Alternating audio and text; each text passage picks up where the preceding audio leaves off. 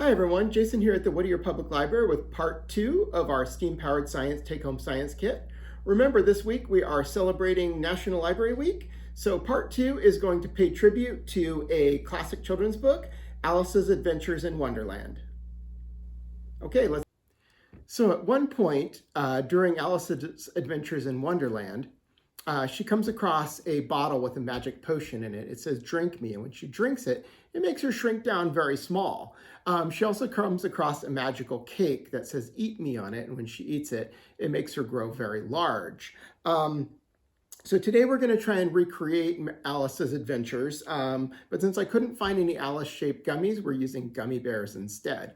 And so our experiment today is actually fairly simple, but it does take some patience, so you will have to wait for a while.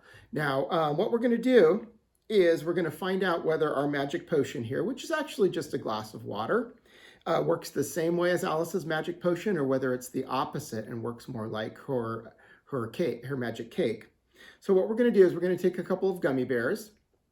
We're just going to drop them into this water here. And we're going to wait about a day and see what happens to those gummy bears. Now, I just wanted to mention you might want to take them out every so often and compare them. Keep a couple of gummy bears aside for comparison purposes and find out what happens every couple hours as they go along. After about a day, they should have reached their full effect. I'm not going to tell you what that is right now as a spoiler. So if you want to try it first, go ahead and do that. I also wanted to mention when you reach the end of your experiment, please throw away your gummy bears. Don't eat them because when they sit in the water for a little while, some bacteria can start to grow, so they may not be safe to eat. So please just throw them in the trash, dump out the water, and make sure to wash out your plastic cup.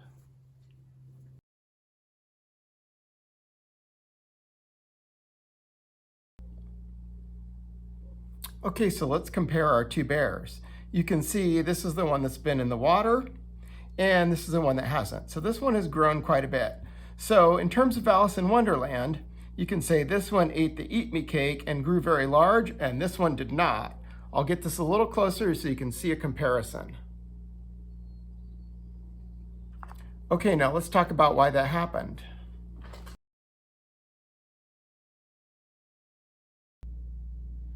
So why did osmosis make our gummy bear grow so much bigger? Well, basically what's happening is a gummy bear is made up of gelatin, which is a membrane. It's a little barrier that water can get through, but has a little bit of a hard time going through. And it's also made up of water and sugar, which is a solution. The water is mixed in with the sugar is mixed into the water. And now the way osmosis works is if you have water separated by a membrane, some of the water is a weak solution, like our plain water, there's not much dissolved in it. And some is a strong solution, like inside the gummy bear, the water inside the gummy bear has a lot of sugar in it. So the water is going to want to move through that membrane or barrier to equal that out. So if there's not much in the solution on the outside, not much sugar or anything else, and on the inside, there's a lot of sugar on the inside. The water is going to try and move across the barrier or membrane, which is the gelatin that makes the bear squishy. And it's going to move into the bear to try and water down that sugary solution inside. And when that happens, it takes a while because of that membrane. Remember, the membrane slows down the water, so it can't just all rush in. It goes through very slowly, but it's going to try and get inside that bear. And as more water gets into the bear to try and water down the sugar water that's inside the bear is going to absorb more and more water, and it's going to swell up and get bigger and bigger. Thank you for joining us for our STEAM-powered science take-home science experiments celebrating National Library Week. Don't forget to come visit us often this week. We have lots of take-home kits and other activities for kids.